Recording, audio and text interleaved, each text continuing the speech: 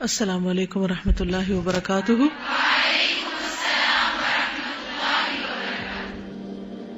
نحمده ونصلی علی رسولہ الکریم، اما بعد فاعوذ باللہ من الشیطان الرجیم، بسم اللہ الرحمن الرحیم، رب اشرح لی صدری ویسر لی امری واحلل عقدۃ من لسانی یفقہوا قولی۔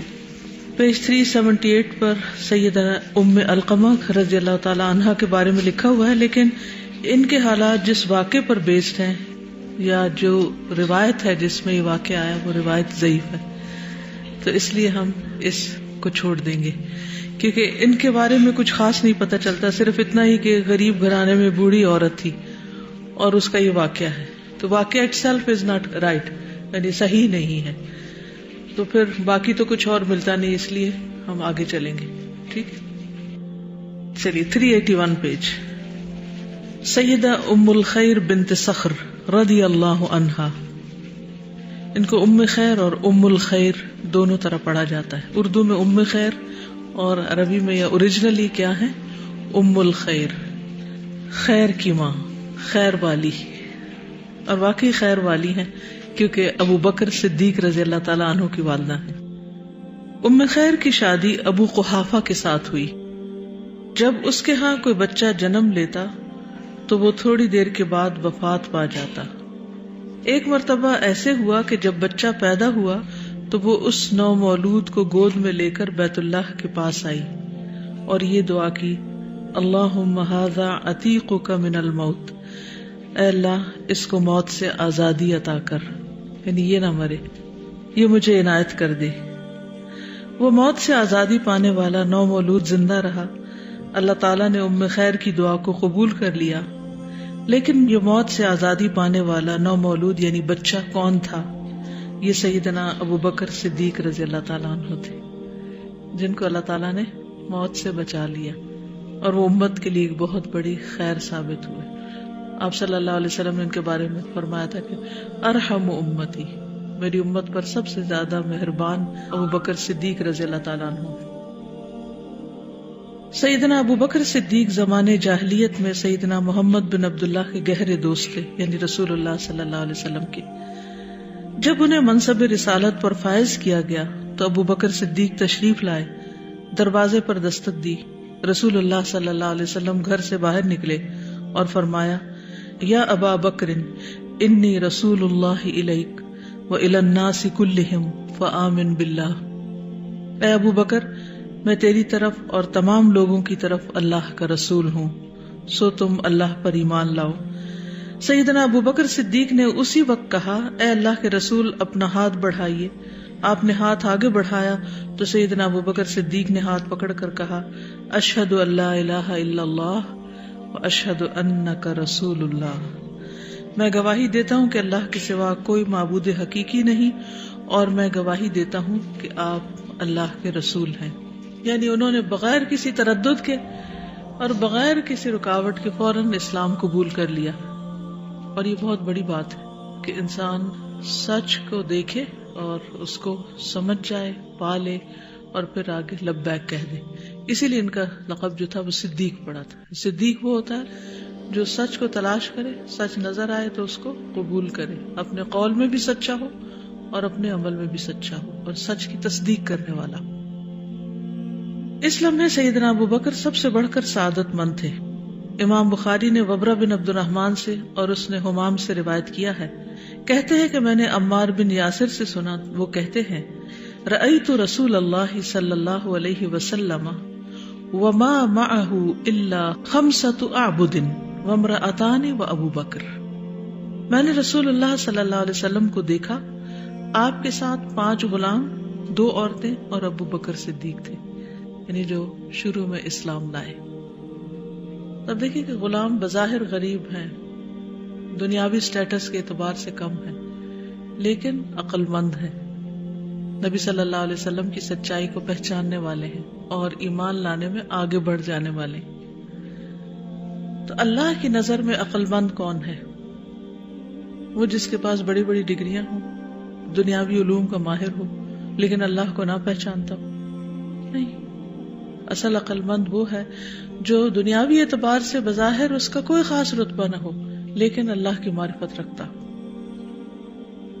ضروری نہیں ہوتا کہ ایک شخص دنیا میں کوئی بہت بڑے عہدے اور مرتبے پر فائز ہو تو ہی اس کو حق نصیب ہو یا سچائی کو دیکھنا نصیب ہو. بعض اوقات ایک معمولی عقل سمجھ والا انسان بھی جو سچ کی تلاش میں ہوتا ہے، اس کو جب سچ ملتا ہے تو وہ فوراً اس کو قبول کر لیتا ہے. تو حقیقت میں اس کا تعلق انسان کے اپنے اندر سے ہوتا ہے کہ وہ خود کیا چاہتا ہے. اسی لیے اللہ سبحانہ وتعالیٰ کے ہاں ان لوگوں کے درجات بلند ہیں جن کی نیتیں اچھی ہیں اور پھر اس کے ساتھ ان کا عمل بھی ہے. یعنی اگر نیت مکمل طور پر خالص ہو تو تھوڑا سا عمل بھی بہت فائدہ مند ہوتا ہے، وہ قطرہ بھی سمندر پہ بھاری ہوتا ہے. لیکن اگر نیت خالص نہ ہو تو بڑے سے بڑا عمل جو ہے وہ انسان کے لیے بیکار ہو جاتا ہے، کیونکہ وہ قبول ہی نہیں ہوگا، اس کو فائدہ ہی کچھ نہیں. تو اللہ سبحانہ وتعالیٰ صرف کوانٹٹی نہیں دیکھتے، کوانٹٹی بھی دیکھتے لیکن اصل میں کوالٹی کے ساتھ کوانٹٹی ہو تو وہ فائدہ دیتی ہے، ادروائز نہیں. تو اس لیے ہم سب کو اپنی اپنی نیتوں کو بار بار دیکھتے رہنا چاہیے، اس کا محاسبہ کرتے رہنا چاہیے، جائزہ لیتے رہنا چاہیے کہ ہم کوئی بھی کام کیوں کر رہے ہیں، کس کے لیے کر رہے ہیں، مقصد کیا ہے، اس سے ہم کیا حاصل کرنا چاہتے ہیں. دنیا حاصل کرنا چاہتے ہیں، آخرت حاصل کرنا چاہتے ہیں. ایک شخص بظاہر بہت بڑی مسجد بھی بنوا دے لیکن اس کی نیت اللہ کی رضا نہ ہو بلکہ دکھاوا ہو تو وہ بڑی مسجد بھی فائدہ نہیں دے گی. لیکن ایک شخص ایک چڑیا کے گھونسلے جتنی کوئی چیز بنوا دیتا ہے، بہت چھوٹی، لیکن ہول سول اس کا مقصد اللہ کی رضا ہے تو اس کے لیے زیادہ فائدہ مند ہے. تو مجھے ہمیشہ غلاموں کی تاریخ کا یہ باب بہت سنہری لگتا ہے کہ کتنے خوش قسمت، کتنے عقل مند تھے کہ جنہوں نے سچ کو پا لیا اور جلدی پا لیا اور بڑے بڑوں کو پیچھے چھوڑ گئے.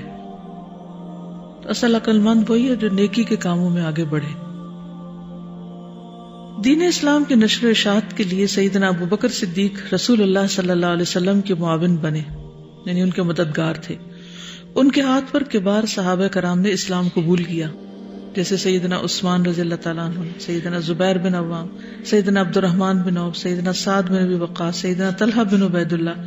یہ سب صحابہ کرام دار ارقم میں رسول اللہ صلی اللہ علیہ وسلم کے پاس اکٹھے ہوتے تھے اور آپ سے دینی احکام اور قرآن کی تعلیم حاصل کرتے تھے. اب آپ دیکھیے کہ ایک ابو بکر مسلمان ہوئے اور اپنے ساتھ کئی اور انفلوئنشل لوگوں کو مسلمان کر لیا. یعنی آپ کی دعوت ابو بکر تک پہنچی اور ابو بکر کی دعوت آگے بہت سے لوگوں تک پہنچی. اور ان میں سے یہ سب کے سب جو ہیں، حضرت عثمان ہو یا زبیر بن عوام ہو یا عبد الرحمن بن عوف ہو یا سعد بن ابی وقاص یا حضرت طلحہ، یہ سب کن میں سے ہیں؟ عشرہ مبشرہ میں سے ہیں. تو سوچیے حضرت ابوبکر صدیق کو کتنا ثواب ملا ہوگا. یہ سب ان کے لیے ایک طرح سے صدقہ جاری. ان سب نے جو جو نیک کام کیے وہ بھی ابوبکر کے کھاتے میں جاتے ہیں. اسی لیے حضرت ابوبکر کا درجہ جو ہے وہ حضرت عمر سے بھی بڑھ کر ہے.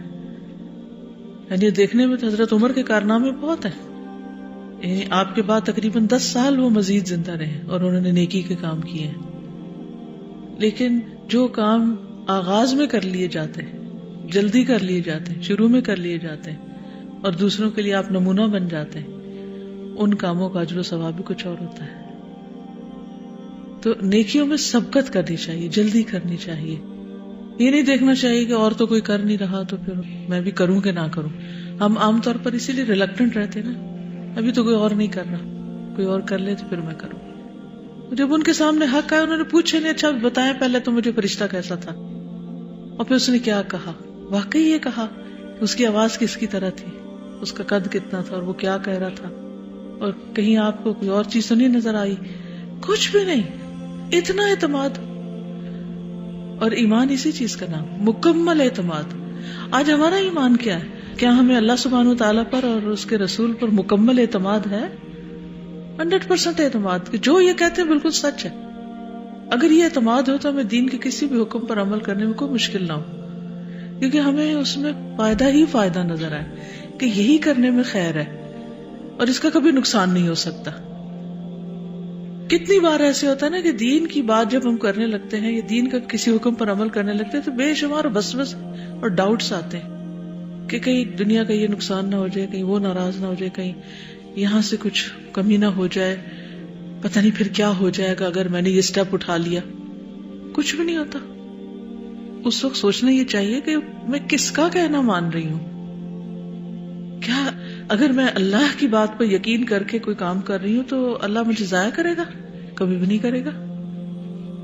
ہاں اگر مقاصد کچھ اور ہیں، نیت خراب ہے یا خلل ہے اس میں، تو پھر کئی چیزیں، کئی آپشن ہو سکتی.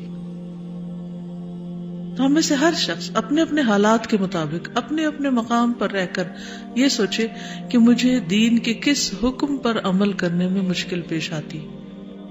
کیا میرا یہ یقین نہیں کہ وہ اللہ کی طرف سے ہے؟ اور اگر اللہ کی طرف سے تو اس میں نقصان کیسے ہو سکتا ہے؟ اللہ کی باتیں نقصان والی نہیں ہیں، اللہ کی سب باتیں فائدے والی ہیں. یقین کے ساتھ کر جایا کیجیے کہ میرے رب کا حکم ہے نا، کہ میرے رب نے مجھے اس چیز سے منع کیا نا، اس لیے میں رکوں گی. میرے رب نے اس چیز کا حکم نہیں، اس لیے میں کروں گی، چاہے میرا دل نہیں مانتا، چاہے لوگ نہیں مانتے، چاہے کسی کو پسند نہیں، چاہے میرے ماں باپ کو پسند نہیں، لیکن میرے اللہ کا حکم ہے، اس لیے مجھے کرنا ہی کرنا ہے. تو یہ ہوتا ہے اللہ کے لیے جینا اور اللہ کے لیے مرنا. یہ تو نہیں کہ جب ہر طرف سے میک شور کر لیا کوئی نقصان نہیں پھر اللہ کا حکم مان لیا، یہ سارے فائدے ہی فائدے تو اس لیے اللہ کا حکم مان لی، یہی میرے لیے کنوینئنٹ ہے اس لیے میں اس کو مان لوں. نہیں. حضرت ابوبکر صدیق رضی اللہ تعالیٰ عنہ کی یہی کوالٹی ہر جگہ پر ہمیں نظر آتی ہے. سیدنا ابوبکر صدیق کا معمول یہ تھا کہ وہ ہر وقت رسول اللہ صلی اللہ علیہ وسلم کے ساتھ رہتے اور اکثر و بیشتر قریش کے مقابل سینہ تان کے کھڑے ہو جاتے تاکہ وہ رسول اللہ صلی اللہ علیہ وسلم کو کوئی اذیت نہ پہنچا سکے. ہجرت کے سفر میں بھی آپ نے دیکھا کہ حضرت ابوبکر کیا کرتے ہیں، کبھی آپ کے آگے ہوتے ہیں، کبھی آپ کے پیچھے ہوتے ہیں، کبھی دائیں ہوتے ہیں، کبھی بائیں ہوتے ہیں. سارے سفر میں ان کا معمول کیا ہے کہ کہیں آپ کو کوئی نقصان نہ پہنچے. عروہ بن زبیر نے عبداللہ ابن عمر سے پوچھا، مشرکین میں سے رسول اللہ صلی اللہ علیہ وسلم کو سب سے زیادہ تکلیف کس نے پہنچائی؟ انہوں نے بتایا کہ میں نے عقبہ بن ابی معیط کو دیکھا کہ وہ نبی صلی اللہ علیہ وسلم کے پاس آیا جبکہ آپ نماز پڑھ رہے تھے. اس کمبخت نے آپ کے گلے میں چادر ڈال کر زور سے کھینچا.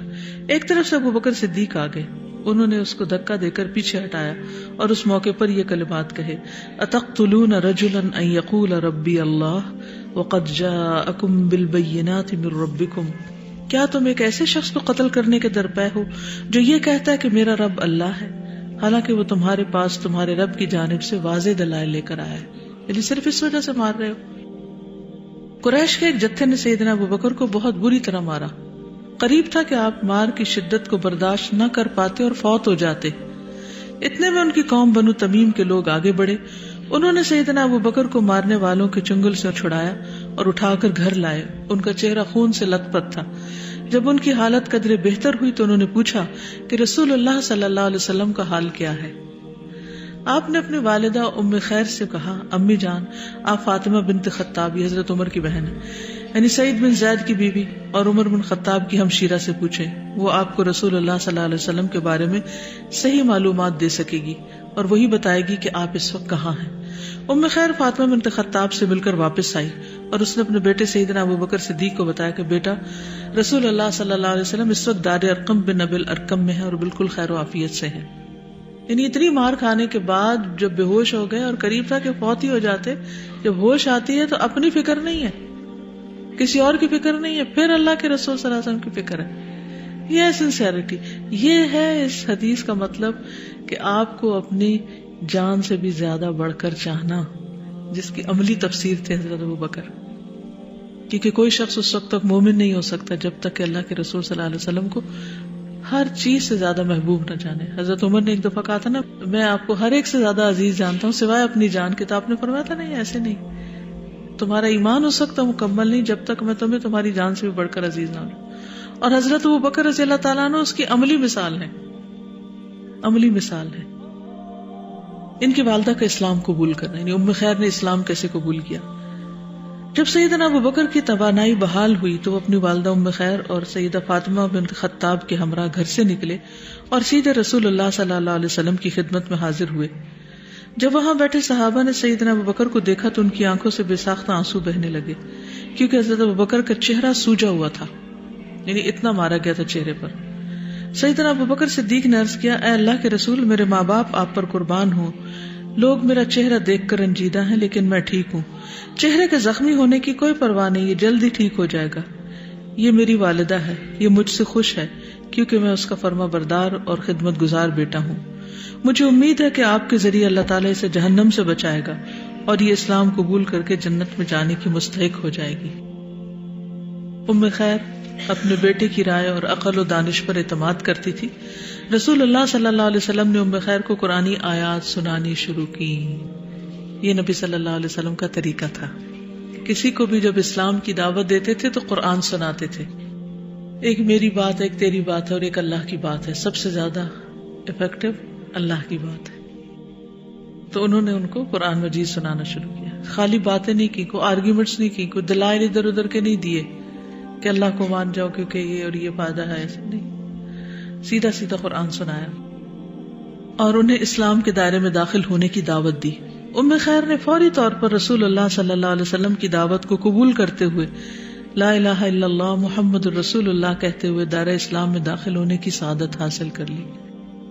اپنی والدہ کی طرف سے اسلام قبول کرنے کا منظر دیکھنے پر سیدنا ابو بکر بہت زیادہ خوش ہوئے. سوال یہ پیدا ہوتا ہے کہ اس سے پہلے کیوں نہیں، اس کے بعد کیوں نہیں، اس دن کیوں جب آپ کو مار پڑی تھی. ایک بیٹے کو جب ماں زخمی حالت میں دیکھتی ہے تو اس کا دل نرم ہوتا ہے. تو حضرت ابوبکر صدیق رضی اللہ تعالیٰ نے اسی سے فائدہ اٹھایا اور ان کو اسلام قبول کرنے کے لیے لے گئے. وہ ایک اچھے موقع کی تلاش میں تھے اور یہ حکمت سے تعلق رکھتا ہے. اس طرح سیدنا ابوبکر صدیق کا سارا کنبہ دار اسلام میں داخل ہو گیا اور اسلام قبول کرنے سے ان کی آنکھیں ٹھنڈی اور دل مسرور ہوئے. سیدنا ابوبکر صدیق کی دلی آرزو پوری ہوئی. سیدنا ابوبکر صدیق کی وفات کے تھوڑے عرصے بعد ان کی والدہ ام خیر بھی اللہ کو پیاری ہوئی. یعنی یہ زندہ رہی ہیں حضرت ابوبکر کے بعد بھی، ان کے والد بھی زندہ رہے، بعد میں ماں باپ فوت ہوئے، ان کی وراثت سے بھی حصہ پائے. اور سیدنا عمر بن خطاب کے دور خلافت میں سیدنا ابوبکر صدیق کے والد گرامی سیدنا ابو قحافہ بھی داعی حق کو لبیک کہتے ہوئے خالق حقیقی سے جا ملے. اللہ سبحانہ وتعالی ان پر اپنی رحمت کا سایہ کرے اور ان کی حسنات کو قبول کرے. ان کی والدہ جو تھی وہ قریش کے خاندان بنو تیم سے تعلق رکھتی تھی. تیم اسی سے تمیمی بھی ان کو کہا جاتا ہے. اس سے پہلے کہ میں آگے مزید کچھ باتوں کا اضافہ کروں، آپ بتائیے کہ کیا سیکھا. السلام علیکم. وعلیکم السلام. استاذہ، ان کا کردار میں سچائی کیسے نظر آتی ہے کہ واقعہ معراج میں جب کسی نے کہا تھا کہ تمہارا ساتھی یہ کہتا ہے تو انہوں نے فوراً ایکسیپٹ کر لیا، اور اگر وہ کہتے ہیں تو وہ سچ کہتے ہیں. اور ہجرت کے موقع پر جب نبی صلی اللہ علیہ وسلم کو حکم دیا گیا تو انہوں نے سنا تو اس وقت انہوں نے فوراً کہا کہ مجھے ساتھ لے کے جائیں گے. یعنی کوئی نہیں پوچھا کیسے حکم دیا گیا، کب جائیں گے، یہ کچھ بھی نہیں پوچھا. اور جب ایمان کے بارے میں بتایا تو فوراً سچائی کو قبول کر لیا. سچائی قبول کرنے کے راستے میں سب سے بڑی رکاوٹ دنیا کی محبت ہے اور دنیا جانے کے نقصان کی فکر. ہم سب کو اپنے آپ سے پوچھنا چاہیے کہ ہم کس کے لیے جی رہے ہیں، دنیا کے لیے جی رہے ہیں یا آخرت کے لیے جی رہے ہیں. اگر دنیا کے لیے جی رہے ہیں تو دنیا ہاتھ سے نکل جائے گی، ختم ہو جائے گی. گریٹ ایمپرر آف چائنا جو تھا، جس نے دیوار بنائی تھی، دیوار چین جس کو کہتے ہیں، بڑے بڑے کارنامے اس نے کیے تھے اور بہت کامیاب ایمپرر تھا. وہ چاہتا تھا کہ اس کی موت نہ آئے، مرے نہ وہ. تو اس کے لیے اس نے ہر طرح اپنی صحت کا خیال رکھا اور ڈاکٹروں اور حکیموں جو بھی اس دور میں جو طبیب تھے ان سے مشورے وغیرہ کیے. تو انہوں نے اس کو مشورہ دیا کہ وہ زیادہ زندہ رہنے کے لیے پارا کھائے. پارا کا پتہ ہے؟ جی، مرکری. تو اس کی بہت تھوڑی اماؤنٹ، کیونکہ زیادہ تو ایک دم کھانے سے مر جاتا ہے انسان. لیکن وہ کیا تھی، وہ ایک طرح سے سلو پوائزننگ تھی اور وہی اس کی ڈیتھ کا سبب بن گئی. تو جی تو نہ سکا. کون جی سکتا ہے؟ چاہے آپ دیواریں چین بنوا لیں دنیا میں، کیا آپ کے مرنے کے سینکڑوں سال بعد تک بھی آپ کے آثار موجود ہوں اور وہ دنیا بھر کو اپنی طرف متوجہ کریں اور آپ کی واہ واہ ہوتی رہے، تب بھی مرنا تو ہے، جانا تو ہے. کسی نے دنیا میں اگر بہت بڑے کارنامے کوئی کیے ہیں تو اس کی وجہ سے اس کی موت ڈیلے نہیں ہوئی. وَلَن يُؤَخِّرَ اللَّهُ نَفْسًا إِذَا جَاءَ أَجَلُهَا. کسی بھی شخص کو ڈھیل نہیں دی جاتی جب اس کی موت کا وقت آ جاتا ہے. جہاں لکھا ہے جس وقت اور جس دن، بس انسان پکڑا جاتا ہے، ٹریپ ہو جاتا ہے. تو جب وہ دن آنا ہی آنا ہے تو ہم میں سے ہر ایک کو یہ سوچنے کی ضرورت ہے کہ پھر وہ اس دن کے لیے جی رہا ہے یا ختم ہونے والے دنوں کے لیے جی رہا ہے؟ کس دن کی تیاری؟ آج کے لیے جی رہے ہیں، کل کے لیے جی رہے ہیں؟ جی رہے سے مطلب یہ کہ جو کچھ بھی ہم کر رہے ہیں، جو بھی ہماری ایکٹیویٹیز ہیں، جو بھی ہماری کوششیں ہیں اور جو بھی ہماری تمنائیں ہیں، چھوٹے سے چھوٹا ایکشن اور بڑے سے بڑا ایکشن کس لیے؟ کہ آج مجھے فائدہ دے یا کل مجھے فائدہ دے. عقل مند وہی ہے جو یہ دیکھ کر کچھ کام کرے کہ یہ مجھے کل کیا فائدہ دے گا. آج تو گزر ہی جانا ہے. عیش و عشرت سے جینے والوں کا بھی گزر جاتا ہے اور دوسروں کا بھی گزر جاتا ہے. تو حضرت ابوبکر ہوں یا باقی جتنے بھی عقل مند لوگ، وہ سب کل کے لیے جیتے تھے. السلام علیکم استاذہ. کل جیسے ہم پڑھ رہے تھے اللہ تعالیٰ کا نام حمید، تو میں یہ سوچ رہی تھی کہ آپ بتائی تھی کہ سچویشنز ہوتی ہیں ڈفرینٹ، اور اس میں الحمدللہ کہنا، برا ہوا ہے تب بھی الحمدللہ کہنا، اچھا ہوا ہے تب بھی کہنا. تو مطلب اس کی اگزامپل کہ حالانکہ ان کو مار پڑی ہے، کتنا مطلب تکلیف دہ ہے، پورا منہ سوجا ہوا ہے، ایوری تھنگ، لیکن کتنی بڑی ان کے لیے وہ بلیسنگ بن گئی کہ ان کی موم اس دن جو ہے اسلام قبول کر لیا. تو وہ سچویشن اٹ سیلف اچھی نہیں تھی، لیکن جو اس کے کانسیکوینسز تھے وہ کتنے اچھے تھے، کیونکہ ظاہر سی بات اگر آپ کے پیارے اس طرح ہوں تو کتنا بڑا وہ دکھ ہوتا ہے. تو وہ ایک اس کا ریزلٹ. بالکل گڈ پوائنٹ. انہوں نے تکلیف اٹھا کے یہ ثابت کیا کہ یہی سچائی ہے.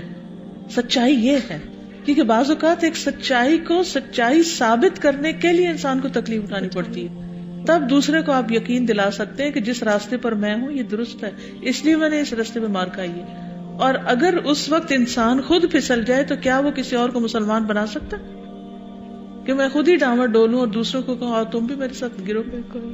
اور سیکنڈلی ایک اور بات کی، وہ جو قرآن میں بار بار آتا ہے نا اولو الالباب، تو میں ہمیشہ پہلے یہ سمجھتی تھی کہ ٹھیک ہے میں ڈگری کر کے آئی ہوں تو اب مجھے صحیح قرآن کی سمجھ آتی ہے، آئی نو دا کریٹیکل میننگ، اور میں ریلیٹ کر سکتی ہوں اپنی سچویشنز کے ساتھ. لیکن نہیں، مطلب وہ جو اللہ تعالیٰ کہتے ہیں نا اولو الالباب، وہ غلام بھی ہو سکتے ہیں. بس وہ ایک چیز ہونی چاہیے معرفت کی، اور جو بھی آپ کا لیول ہے اللہ تعالیٰ وہی انڈرسٹینڈنگ آپ کو دے دیتے ہیں. اٹ ڈزنٹ مین کہ you need to have degrees اور سب چیزیں سمجھ آئے. فرعون سے زیادہ کوئی کامیاب ایمپرر تھا نہیں، لیکن اس سے زیادہ کوئی بیوقوف بھی تھا. السلام علیکم. میں نے یہ سیکھا ہے کہ خیر کے لیے انسان کو خود مواقع تلاش کرنے پڑتے ہیں. ہم نارملی ویٹ کرتے ہیں کہ ہمیں کوئی خیر کا موقع ملے، اور میں یہ سوچ رہی تھی کہ اس ٹائم ان کی کیا حالت تھی، لیکن کیونکہ وہ فوکس تھے اپنے مقصد پہ تو انہوں نے فوراً سے جو ان کے دل میں بات تھی وہ انہوں نے نبی صلی اللہ علیہ وسلم سے کی. بالکل. تھوڑی دیر کے لیے سوچیں کہ اگر ہمیں کوئی پیٹ میں ہی درد ہو گئی ہے یا کوئی چھوٹی موٹی جو بیماریاں ہمیں عام طور پہ لاحق ہوتی ہیں، تو اس دن ہم خیر کا کون سا کام کرتے ہیں؟ اس دن تو ہمیں عذر، بہانہ، جواز مل جاتا ہے کہ آج ہم کچھ نہ کریں، کیونکہ آج کے دن کی یہی نیکی کافی ہے ہماری کہ ہم برداشت کر رہے ہیں اس پین کو. یعنی ایک شخص اس حال میں کہ اس کا چہرہ سوجا ہوا، خون سے لت پت ہے، بے ہوش ہو گیا ہے، مرنے کے قریب پہنچ گیا ہے، اور جب اس کو ہوش آتی ہے تو پھر وہ اسی چیز کی تلاش میں، پھر وہی کام شروع. حیران کن ہے نا یہ چیز. اپنے سے کمپیئر کر کے دیکھیں نا کہ مرے پڑے ہوں اور پھر اٹھے تو پھر وہی شروع کر دیں. اس حد تک جب تک دیوانگی نہ ہو نا مقصد کے ساتھ تو کامیابی نہیں ہوتی. جی السلام علیکم. اس میں جیسے وہ ایک لائن تھی بالکل سٹارٹ میں، مطلب مجھے وہی بہت زیادہ، میں اس کے اوپر مسلسل سوچ رہی تھی کہ لائن ہے کہ جیسے کہ نبی صلی اللہ علیہ وسلم آئے اور انہوں نے بتایا کس طرح سے وحی نازل ہوئی ہے اور انہوں نے فوراً اس کو مان لیا. تو اس وقت تو مطلب وہ اب دین کے حوالے سے تو ہمارا یہ بنتا ہی ہے کہ ہم نے لازماً آپ صلی اللہ علیہ وسلم کی ہر بات کی تصدیق کرنی ہے، اس پر ایمان لانا ہے. لیکن کیا چیز تھی کہ انہوں نے فوراً ان کو ایمان لانے پر مجبور کر دیا؟ تو یہ ہے کہ مطلب دوست ہمارے سامنے ہوتے ہیں مسلسل، ہم ان کو دیکھتے رہتے ہیں کہ ان کا کیا کریکٹر ہے، کس طرح سے ہوتے ہیں. تو ہم لوگ عموماً اپنی دوستوں کی باتوں پہ اس لیے نہیں اعتبار کر سکتے کیونکہ ہم جانتے ہیں کہ وہ کیا ہیں، لیکن وہ فوراً ان کے اوپر ایمان لیا، یعنی ان کے سامنے نبی صلی اللہ علیہ وسلم کا کردار تھا، ان کا نمونہ نبوت سے پہلے بھی تھا. تو ایک داعی کا یہ کردار ہونا چاہیے کہ لوگ اس کی بات سنیں اور پھر اس کو مان بھی سکیں، یعنی اس پر اعتماد کر سکیں اس کے اوپر. اور یہ اسٹیبلش کرنا پڑتا ہے. اور ایسا امیج جو انسان کا بنتا ہے وہ سال ہر سال کی محنت سے بنتا ہے، وہ ایک دم نہیں بن جاتا کہ آج ہی ہم نے قرآن پڑھ لیا تو اس لیے آپ ہماری بات لازمی مان جائیں. یہ وہ آپ کو ٹیسٹ کرتے ہیں، لوگ طرح طرح سے آپ کو دیکھتے ہیں کہ آپ کتنے ریلائبل ہیں، خود آپ کی زندگی میں وہ سب کچھ کس درجے میں ہے. استاذہ سے بات ہو بھی چکی ہے، لیکن یہ کہ میں کچھ ایڈ کر دیتی ہوں. ام خیر اپنے بیٹے کی رائے اور عقل و دانش پر اعتماد کرتی تھی، تو مجھے یہی اس سے ذہن میں آیا کہ پیرنٹس کے سامنے بھی کریڈیبلٹی بہت امپورٹنٹ ہے ان کے بچوں کی، کہ ان کو بھی پتا ہوتا ہے کہ بچہ اس میں کیا جو ہے ایبلٹیز ہیں، اور اس کو دیکھتے ہوئے جو ہے پیرنٹس اس کی بات بھی سنتے ہیں. اسی طرح عام طور پر بھی دعوت میں لوگ دیکھتے ہیں. اس سے ہمیں ایک بہت جو بات بار بار ہو رہی ہے اور سمجھ آ رہی ہے وہ یہ کہ جو دین کی دعوت دینے والا شخص ہوتا ہے اسے قابل اعتبار ہونا چاہیے، قابل اعتماد ہونا چاہیے. سب سے پہلے اس کو اپنا اعتماد بحال کرنا چاہیے. حضرت یوسف علیہ السلام کے کردار میں کیا نظر آتا ہے کہ انہوں نے بھی اپنا ایک کریڈیبلٹی بنائی. تو امام بخاری کا وہ واقعہ آپ نے سنا ہوگا کہ جس میں ان پر الزام لگا تھا اشرفیوں کا، تو انہوں نے کیا کہ جو اپنی تھی وہ بھی پانی میں ڈال دی کہ صحیح تمام ہو، یعنی کسی طرح ان کی امانت اور صداقت متاثر نہ ہو، اور اتنا بڑا نقصان اٹھا لیا. السلام علیکم.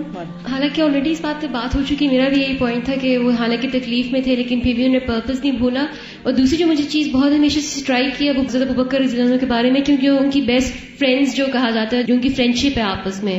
اور آئی پرسنلی لرنڈ اپنی لائف سے بھی کہ جو اچھی بیسٹ فرینڈ ہوتی ہے آپ کی، اگر آپ شروع سے ہی اچھے لوگوں سے تعلق اپنا رکھیں گے اور ان کو اپنے کلوز فرینڈز بنائیں گے تو ان کا ضرور کسی نہ کسی پوائنٹ پہ کوئی آپ کی زندگی میں کوئی خیر کا وہ مقصد ہے. میری بیسٹ فرینڈ نے پہلے میرے پڑھا تھا یہاں پہ، اسی سے میں انفلوئنس ہو کے تو پھر آئی کیم ہیئر. تو we need to choose how we keep as friends, تو وہ ہمیں بینیفٹ بھی کرتے ہیں اسی طرح سے. بالکل.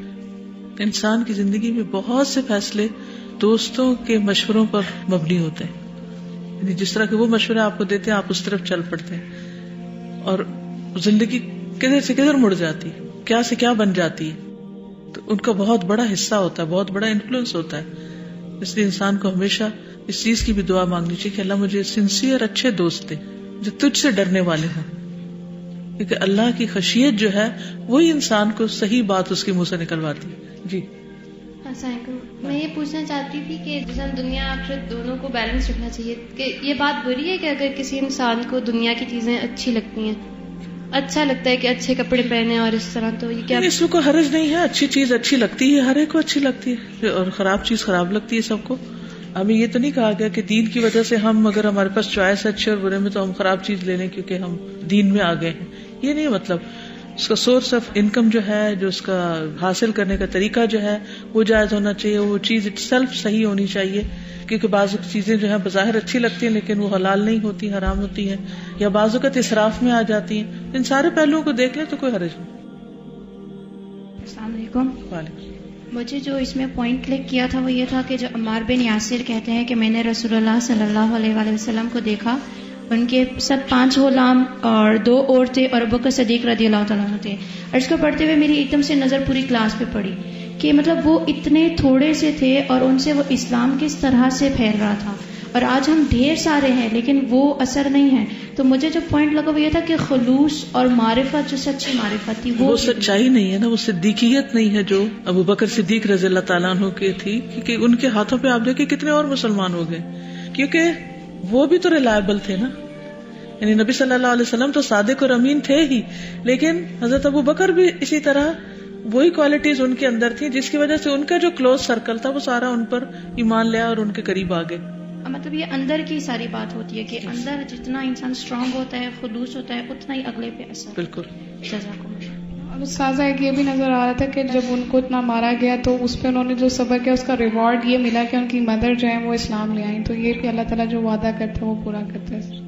ایک اور چیز یہ ہے کہ اسلام کی خاطر جب انسان کو کوئی تکلیف پہنچے تو اس پر صبر لازم ہے، کیونکہ اللہ کا راستہ جو ہے نا، دین کا راستہ، اس میں امتحان ہوتے ہیں، اور جب انسان امتحان میں کامیاب ہوتا ہے تو پھر ایک دم اس کو فائدے بھی ہوتے ہیں، لیکن اللہ تعالیٰ آزماتا ضرور ہے.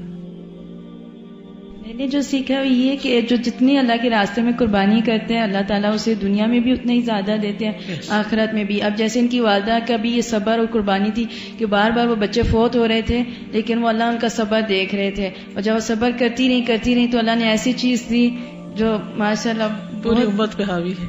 یس، پوری امت پہ حاوی. یعنی ضروری نہیں کہ بہت بچے ہوں، اگر اللہ ایک بھی دے اور وہ کام کا ہو. اور دوسری چیز یہ کہ اسی طرح پھر حضرت ابوبکر صدیق نے اللہ کے راستے میں قربانی دی تو ان کی والدہ مسلمان ہو گئی. چلیے آگے چلے ہم. ان کی والدہ تو پہلے مسلمان ہو گئی تھی، یعنی حضرت ابوبکر صدیق کی، لیکن ام خیر کے شوہر جو تھے ابو قحافہ وہ بعد میں مسلمان ہوئے تھے، کافی بعد میں. حضرت اسماء بنت ابی بکر سے مروی ہے کہ جب رسول اللہ صلی اللہ علیہ وسلم ذی طوا پر پہنچ کر رکے تو ابو قحافہ نے اپنے چھوٹے بیٹے کی لڑکی سے کہا، اے بیٹی مجھے ابو قبیس پہاڑ کا نام ہے اس پر لے کر چڑھو. کہتی ہیں اس وقت تک ان کی بینائی زائل ہو چکی تھی. وہ انہیں اس پہاڑ پر لے کر چڑھ گئی. تو ابو قحافہ نے پوچھا بیٹی تمہیں کیا نظر آ رہا ہے؟ خود دیکھ نہیں سکتے لیکن پھر بھی چڑھے ہیں، اور بچی ساتھ ہے جو انٹرپریٹ کر رہی ہے. اسے تم دیکھو کیا دیکھ کے نظر آ رہا ہے مجھے بتاؤ. اس نے کہا ایک بہت بڑا لشکر جو اکٹھا ہو کر آیا. ابو قحافہ نے کہا کہ وہ گھڑ سوار ہے. ان کی پوتی نے کہا میں نے اس لشکر کے آگے آگے ایک آدمی کو دوڑتے ہوئے دیکھا، کبھی آگے آتا اور کبھی پیچھے. ابو قحافہ نے بتایا کہ وہ فوج کا سردار ہے، یعنی جو اس طرح کر رہا ہے. دیکھ نہیں رہے لیکن صرف سن کے بتا رہے ہیں، تجربہ نا. یعنی وہ آدمی جو شہ سواروں کو حکم دیتا ہے اور ان سے آگے رہتا ہے. پھر اس نے کہا اللہ کی قسم وہ لشکر پھیل گیا ہے. اس پر ابو قحافہ نے کہا اللہ کی قسم جب گھڑ سوار لوگ روانہ ہو جائیں تو تم مجھے جلدی سے میرے گھر لے چلو. وہ انہیں لے کر نیچے اترنے لگی، لیکن قبل اس کے کہ وہ اپنے گھر تک پہنچتے لشکر وہاں تک پہنچ چکا تھا. اس بچی کی گردن میں چاندی کا ایک ہار تھا جو ایک آدمی نے اس کی گردن میں سے اتار لیا.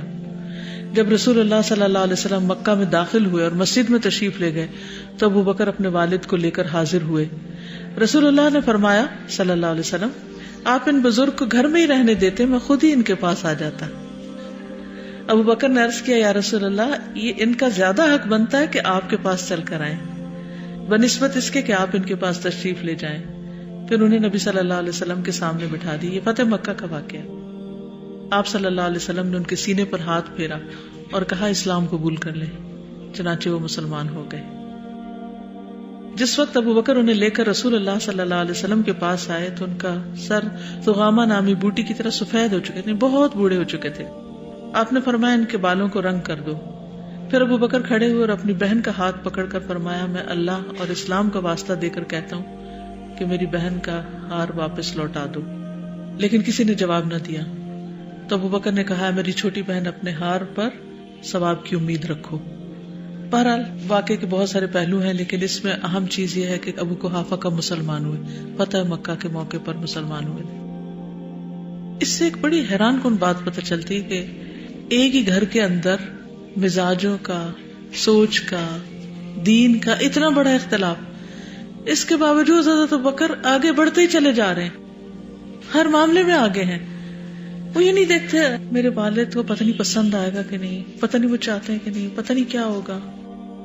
ہمارے لیے دین کے راستے میں آگے بڑھنے کے لیے سب سے بڑی رکاوٹ کیا ہوتی؟ ہمارے پیارے، ان کو اچھا لگے گا کہ نہیں وہ اجازت دیں. ضروری نہیں ہوتا کہ ہم زبان سے ان سے بلوا کے پوچھیں آپ کو اچھا لگ رہا ہے یا نہیں. ہم کبھی ان کی نظروں کو دیکھتے ہیں، کبھی ان کی پسند و ناپسند کو دیکھتے ہیں، کبھی ان کے موڈ کو دیکھتے ہیں، کبھی کسی اور چیز کو دیکھتے ہیں. کیا ایسا نہیں ہوتا؟ ان سے نکلتے ہیں تو جب معاشرے میں جاتے ہیں پھر معاشرے کی نگاہوں کو دیکھنے لگتے ہیں کہ وہ کیا چاہتے ہیں، وہ مجھے ایکسپٹ کریں گے کہ نہیں کریں گے. اور اس طرح لوگوں کی اپروول لیتے لیتے کیا ہو جاتا ہے، انسان بہت پیچھے رہ جاتا ہے، بہت پیچھے رہ جاتا ہے، یعنی دین میں پیچھے رہ جاتا ہے.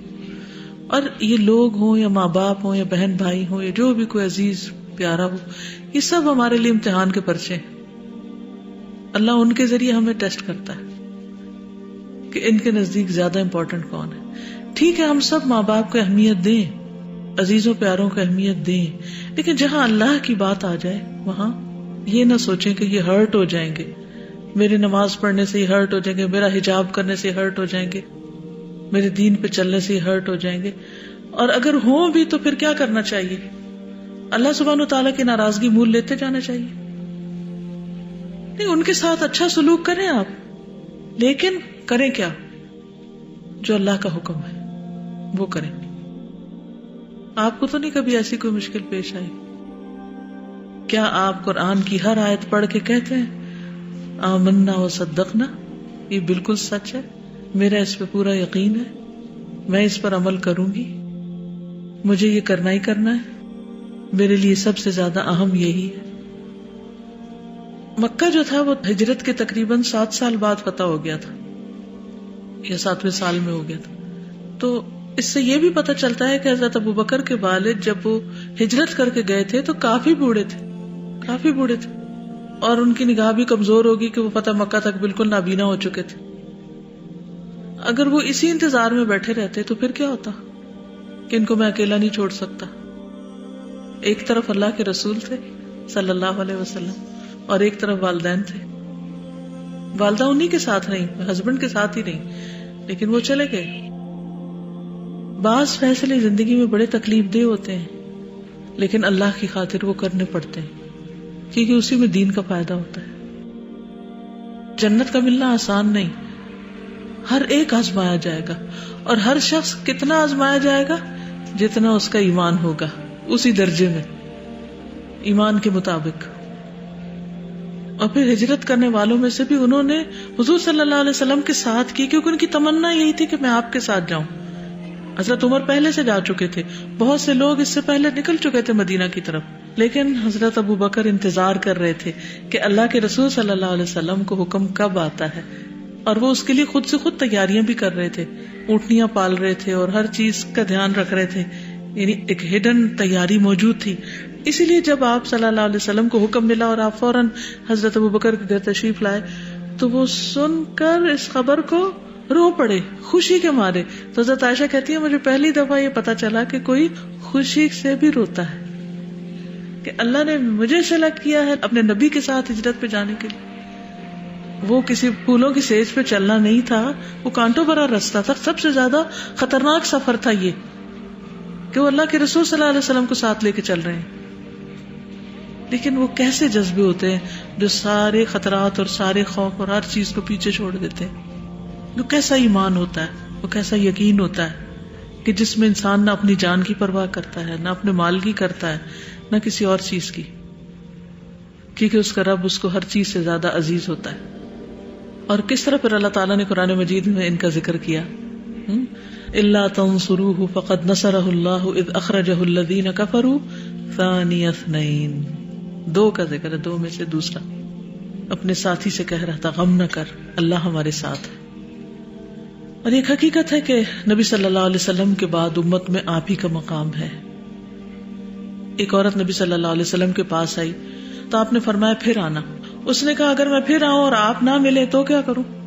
آپ نے حضرت ابو بکر کی طرف اشارہ کیا کہ اگر میں نہ ملوں تو ابو بکر کے پاس چلی جانا. یعنی گویا آپ نے اپنے بعد ان کو قائم مقام بتایا. حضرت انس سے مروی ہے کہ رسول اللہ صلی اللہ علیہ وسلم سے ان کے محبوب ترین انسان کے بارے میں پوچھا گیا کہ کون ہے، تو آپ نے فرمایا عائشہ. پوچھا مردوں میں سے، فرمایا ان کے والد ابو بکر. آپ نے فرمایا اگر میں اپنی امت میں سے کسی کو اپنا دوست بناتا تو ابو بکر ہوتے. نبی صلی اللہ علیہ وسلم نے فرمایا اس دین میں ابو بکر اور عمر کی قدر و منزلت ایسی ہے جیسے سر میں کان اور آنکھ کی ہے. یعنی ایک کان ہے تو ایک آنکھ ہے. ایک اور موقع پر آپ نے فرمایا نعم الرجل ابو بکر، ابو بکر بہترین آدمی ہے. ایک اور جگہ پر فرمایا ابو بکر جنت میں ہوں گے، یعنی دنیا میں جنت کی بشارت دی. ایک اور موقع پر جب آپ صحابہ کے ساتھ بیٹھے ہوئے تھے اور یہ فرما رہے تھے کہ کچھ لوگ ایسے ہوں گے کہ جن کو جنت کے ہر دروازے سے آواز آئے گی کہ ادھر سے گزرو، ایک نہیں 8 دروازوں سے. تو حضرت ابو بکر نے پوچھا وہ کون ہوگا؟ تو آپ نے فرمایا مجھے امید ہے کہ تم ان میں سے ہو. آپ نے یہ بھی فرمایا نبی صلی اللہ علیہ وسلم نے کہ ابو بکر اور عمر پہلے اور پچھلے لوگوں میں سے جنت میں داخل ہونے والے ادھیڑ عمر والے لوگوں کے سردار ہیں. نبی صلی اللہ علیہ وسلم نے ان کے پیچھے نماز بھی پڑھی تھی جب مرض الوفات تھی آپ کی. اپنے بعد خلیفہ بننے کی پیشن گوئی بھی کی تھی. آپ کے کچھ اخلاق اور کردار بہت زبردست ہیں. آپ نے فرمایا کہ ارحم امتی بامتی ابو بکر، میری امت میں سب سے زیادہ امت پر مہربان ابو بکر ہیں. اور انتہائی عاجزی والے انسان تھے، یعنی بہت ہمبل تھے، انتہائی مہمان نواز تھے. عبد الرحمن بن ابی بکر کہتے ہیں کہ اصحاب صفہ نادار لوگ تھے، یعنی غریب لوگ تھے. آپ نے فرمایا جس کے گھر میں 2 آدمیوں کا کھانا ہو وہ تیسرے کو ساتھ لے جائے، جس کے یہاں 4 آدمیوں کا کھانا ہے وہ 5ویں یا 6ٹھے کو لے جائے.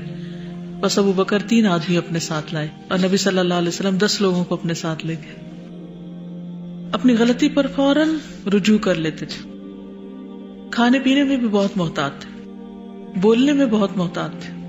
ایک دفعہ حضرت عمر نے دیکھا کہ حضرت ابو بکر جب خلیفہ بن چکے ہیں تو اپنی زبان کو لٹرلی کھینچ رہے ہیں، اس طرح پکڑ کے باہر کھینچ رہے ہیں. تو حضرت عمر نے پوچھا اے رسول اللہ کے خلیفہ آپ کیا کر رہے ہیں؟ انہوں نے کہا یہ مجھے ہلاکت کی طرف لے جاتی ہے، یعنی زبان میری ہلاکت کی طرف لے جاتی ہے. رسول اللہ صلی اللہ علیہ وسلم نے فرمایا جسم کا ہر حصہ اللہ سے زبان کی تیزی کی شکایت کرتا ہے، کیونکہ زبان کی وجہ سے انسان کے باقی حصے جو ہیں وہ تکلیف اٹھاتے ہیں. پھر ان کو دعا مانگنے سے بہت محبت تھی. انہوں نے حضور صلی اللہ علیہ وسلم سے عرض کیا آپ مجھے کوئی ایسی دعا سکھا دیجئے جسے میں نماز میں پڑھا کروں. تو آپ نے فرمایا یہ پڑھا کرو اللہم انی ظلمت نفسی ظلما کثیرا ولا یغفر الذنوب الا انت فاغفر لی مغفرۃ من عندک وارحمنی انک انت الغفور الرحیم. نیکیوں میں انتہائی سبقت کرنے والے تھے, کسی نیکی کے کام میں دیر نہیں لگاتے تھے, چھوٹی چھوٹی نیکیوں میں بھی لوگوں سے آگے رہتے تھے. حضرت عمر کہتے ہیں کہ ایک بار میں حضرت ابوبکر کے پیچھے سواری پر تھا تو جن لوگوں کے پاس سے گزرتے ابوبکر انہیں سلام کرتے, وہ جواب دیتے وعلیکم السلام ورحمۃ اللہ, اور جب یہ کہتے السلام علیکم ورحمۃ اللہ تو لوگ جواب دیتے وعلیکم السلام ورحمۃ اللہ وبرکاتہ. اس پر ابوبکر نے کہا آج تو لوگ فضیلت میں ہم سے بہت بڑھ گئے, یعنی چونکہ یہ آغاز کرتے تھے تو لوگ جواب میں زیادہ اضافہ کرتے تھے تو ان کو فکر ہوتی کہ وہ آگے بڑھ گئے. نبی صلی اللہ علیہ وسلم کے ساتھ بہت قریبی تعلق تھا, نبوت سے پہلے بھی اور بعد میں بھی. کٹھے تجارت کے لیے بھی جاتے, اور اسی طرح جب آپ صلی اللہ علیہ وسلم تبلیغ کے لیے نکلتے مختلف قبائل کے پاس جاتے تو حضرت ابوبکر کو قبائل کی جو تاریخ ہوتی تھی وہ بہت اچھی طرح معلوم ہوتی تھی, یعنی حسب نسب کے بہت ماہر تھے, ماہر نساب تھے. تو اس سے لوگ بہت جلد ان سے مانوس ہو جاتے, یعنی وہ نبی صلی اللہ علیہ وسلم کے لیے گفتگو کی, دین کی تبلیغ کی راہ ہموار کرتے تھے. یعنی اپنے دنیاوی علم سے بھی انہوں نے بہت فائدہ پہنچایا. یعنی جب آپ کی ملاقات ہوتی, یا کسی سفر پر ہیں یا کہیں بھی کسی کے پاس تبلیغ کے لیے گئے ہیں, تو حضرت ابوبکر پہلے گفتگو شروع کرتے اور ان سے نام پوچھتے اور پھر وہ بتاتے فلاں سے, تو وہ کہتے اچھا فلاں سے, فلاں اور فلاں, اور ان قبیلے کا سارا حسب نسب بتاتے. تو وہ عربوں کے ہاں اس چیز کی بڑی امپورٹینس تھی کہ یہ ہمارے قبیلے کی ہسٹری جانتا ہے, تو ایک دم کلوزنس ہو جاتی اور اس سے ایک اعتماد بحال ہو جاتا, اور پھر نبی صلی اللہ علیہ وسلم تبلیغ کیا کرتے تھے. حالانکہ آپ اللہ کے رسول تھے, لیکن دنیا میں کام کرنے کے لیے دنیاوی اسباب کی ضرورت ہوتی ہے.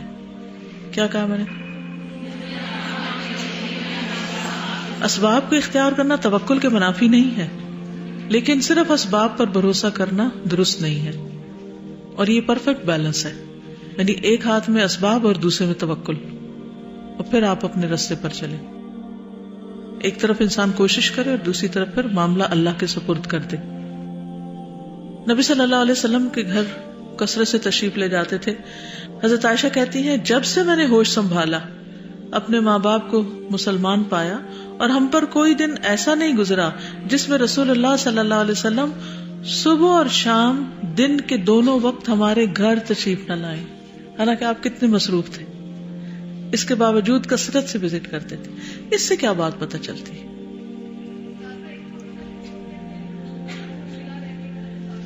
اس سے یہ بات پتہ چلتی ہے کہ جو لوگ اکٹھے دین کا کام کر رہے ہوں ان کے اندر باہم اچھی فرینکنس ہونی چاہیے. آپ کے گھر کون آتا ہے اور کون آ سکتا ہے؟ کس کو اجازت ہوتی ہے آپ کے گھر آنے کی؟ ہر کوئی تو نہیں آ سکتا. تو دین کے کام کے لیے ایک دوسرے کو جاننا, ایک دوسرے کے ساتھ دوستی کا تعلق, ایک دوسرے کے ساتھ محبت, ایک دوسرے کے ساتھ قریبی تعلق بہت ضروری ہے. انفارمل ریلیشن شپ. جب کوئی کسی کے گھر کو وزٹ کرتا ہے تو پھر کیا ہوتا ہے؟ پھر تکلفات ختم ہو جاتے ہیں, ایک دوسرے کو اچھی طرح جاننے کا موقع ملتا ہے. اتنی کثرت سے جاتے تھے تو اسی وجہ سے تو پھر غار میں بھی آپ کے ساتھ تھے, اس سفر میں بھی آپ کے ساتھ تھے. نبی صلی اللہ علیہ وسلم پر ان کے سب سے زیادہ احسانات تھے. عبداللہ بن عباس کہتے ہیں کہ رسول اللہ صلی اللہ علیہ وسلم اپنے مرض وفات میں باہر تشریف لائے, سر پر پٹی بندھی ہوئی تھی. آپ ممبر پر بیٹھے اللہ کی حمد و ثنا کی اور فرمایا کوئی شخص بھی ایسا نہیں جس نے ابو بکر بن ابو قحافہ سے زیادہ مجھ پر اپنی جان اور مال کے ذریعے احسان کیا ہو, اور اگر میں کسی کو لوگوں میں سے دوست بناتا تو ابو بکر کو بناتا, لیکن اسلام کی دوستی سب سے افضل ہے. میری طرف سے ابو بکر کی کھڑکی چھوڑ کر اس مسجد کی تمام کھڑکیاں بند کر دی جائیں, یعنی آپ کے گھر کی طرف سے, یعنی سب کی کھڑکیاں بند کر دی جائیں, صرف ابو بکر کی کھڑکی کھلی رہے جو مسجد کی طرف کھلتی ہے. حضرت عائشہ کہتی ہے کہ ابو بکر رضی اللہ تعالیٰ عنہ نے رسول اللہ صلی اللہ علیہ وسلم پر 40,000 خرچ کیے, یعنی آپ اپنے مال کے ساتھ بھی سپورٹ کرتے کیونکہ بزنس کرتے تھے, تاجر تھے. رسول اللہ صلی اللہ علیہ وسلم نے فرمایا ابو بکر کے مال نے مجھے جتنا فائدہ پہنچایا ہے اتنا فائدہ کسی اور کے مال نے نہیں پہنچایا. یہ سن کر ابو بکر رو پڑے اور عرض کیا اللہ نے مجھے صرف آپ کے ذریعے فائدہ پہنچایا ہے, اللہ نے مجھے صرف آپ کے ذریعے فائدہ پہنچایا ہے, اللہ نے مجھے صرف آپ کے ذریعے فائدہ پہنچایا. یعنی میرا مال کوئی حقیقت نہیں رکھتا, اصل میں تو آپ جو دین لائے ہیں اس کی وجہ سے جو فائدہ پہنچا وہ کہیں زیادہ ہے, یہ کہنا چاہتے تھے. کتنا بہترین جواب ہے. بھول نہیں گئے یہ سن کر اپنی تعریف, یہاں دیکھو میں نے اتنا خرچ کیا. نبی صلی اللہ علیہ وسلم کے بارے میں سب سے زیادہ جاننے والے تھے.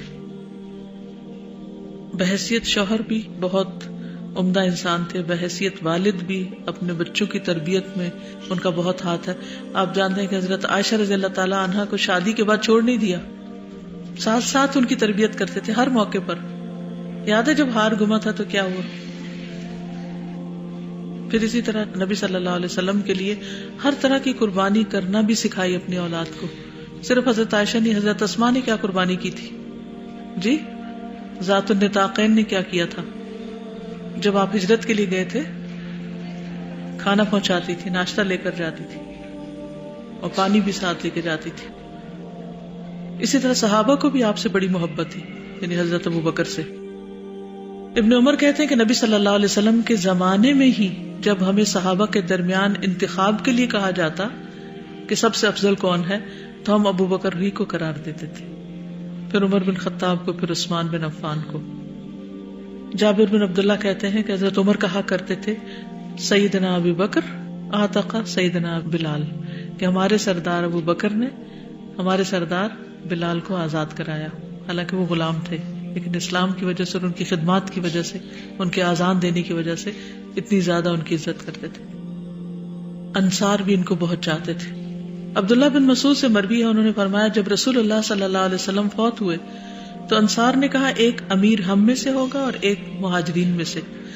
عمر ان کے پاس آئے اور فرمایا کیا تم نہیں جانتے کہ رسول اللہ صلی اللہ علیہ وسلم نے ابو بکر کو حکم دیا تھا کہ وہ لوگوں کو نماز پڑھائیں, تو تم میں سے کون چاہے گا کہ ابو بکر سے آگے بڑھے؟ تو انہوں نے کہا ہم اس بات سے اللہ کی پناہ چاہتے ہیں کہ ہم ابو بکر سے آگے بڑھیں, کہ واقعی اللہ نے ان کو مقام دیا تو اسے ایکسپٹ کریں. یہ کتنی بڑی بات ہے کسی کی بڑائی کو یا کسی کی سبقت کو یا کسی کے مقام کو تسلیم کر لینا جبکہ وہ رسول بھی نہ ہو. حضرت ابوبکر کی زندگی سے متعلق ایک بکلیٹ بھی یاسمین خاکوانی کی لکھی موجود ہے, مزید تفصیلات آپ اس میں سے پڑھ سکتے ہیں. باتیں بہت ساری ہیں لیکن چیتے چند واقعات آپ کے سامنے رکھے ہیں تاکہ یہ پتہ چلے کہ ام خیر نے کیسے بیٹا جنم دیا. ان کا سوال یہ جو مجھے سمجھ میں آیا کہ کتاب تو عورتوں کے بارے میں ہے لیکن مردوں کا ذکر اتنا کیوں آتا ہے, کیونکہ اس زمانے میں عورتیں مردوں سے پہچانی جاتی تھی. یہ تو ایک جوک صحیح, اصل بات یہ ہے کہ خواتین کے حالات کی اتنی تفصیلات نہیں ملتی. صبح میں نے 3-4 کتابیں دیکھی ہیں لیکن ان میں آلموسٹ یہی معلومات تھی جو اس کتاب میں تھی, سوائے اس کے کہ ان کے خاندان کا تھوڑا سا نام لکھا ہوا تھا, باقی یہی بات. اگر یہ حالات تھوڑے سے بھی اگر ملے اور ان کے اسلام لانے کا واقعہ یا یہ بھی اگر ہم نہیں پڑھتے تو ہمیں تو یہ بھی نہ پتا ہوتا کہ حضرت ابوبکر کی والدہ کا نام کیا. ٹھیک ہے حضرت ابوبکر کی عزت کرنا, اسے محبت کرنا سب اچھا ہے, لیکن ماں کا بھی تو ایک مقام ہوتا ہے نا, تو اس سے ان کی ماں کا ایک مقام سامنے آتا ہے. دوسری بات یہ ہے کہ کس طرح انہوں نے دعا مانگی اور پھر حضرت ابوبکر جو تھے ان کو زندگی ملی. تو بہرحال بعض لوگ سامنے ہوتے ہیں اور بعض ان کے پیچھے ہوتے ہیں جو ان کو سامنے لانے والے. ہم سامنے والے کو تو دیکھ رہے ہوتے ہیں لیکن ہمیں یہ نہیں پتا چلتا کہ کون ہے ان کو یہاں تک پہنچانے والا, وہ کون سے ہاتھ ہے, وہ کون سا کردار ہے, انہوں نے کیا کیا تھا, ان کا رول کیا ہے. تو بعض اوقات کسی شخص کی ایک چھوٹی سی نیکی ہوتی ہے لیکن وہ سارا کریڈٹ خاموشی سے اس کو جا رہا ہوتا ہے, ان کے لیے صدقہ جاریہ بن رہا ہوتا ہے.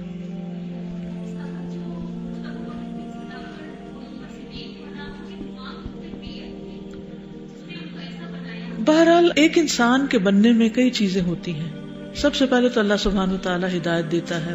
دوسری بات یہ ہے کہ ماحول بھی اثر کرتا ہے اور اس ماحول میں سب سے زیادہ ماں کی گود اثر کرتی ہے. پھر اس کے بعد جو قریبی خاندان ہوتا ہے, پھر اسکول ہے, معاشرہ ہے, پھر بڑے ہو کر انسان کی جو نظر وسیع ہوتی چلی جاتی ہے, جتنے لوگوں سے انٹریکشن ہوتا ہے ہر ایک کا کچھ نہ کچھ اس میں حصہ ہوتا ہے. اسی لیے اس بات سے بہت ڈرنا چاہیے کہ ہمارے آثار کیا ہیں. ہم جب کسی سے ملتے ہیں تو اس پر کیا امپریشن چھوڑتے ہیں, ہم اس کو کس حد تک خیر کی طرف لانے والے ہیں. ہم یہ نہیں کہہ سکتے کہ سارا ان کا کردار ان کی ماں ہی کی تربیت کا نتیجہ تھا، لیکن بہرحال ماں کا بھی ہاتھ تو تھا. ٹھیک ہے نا.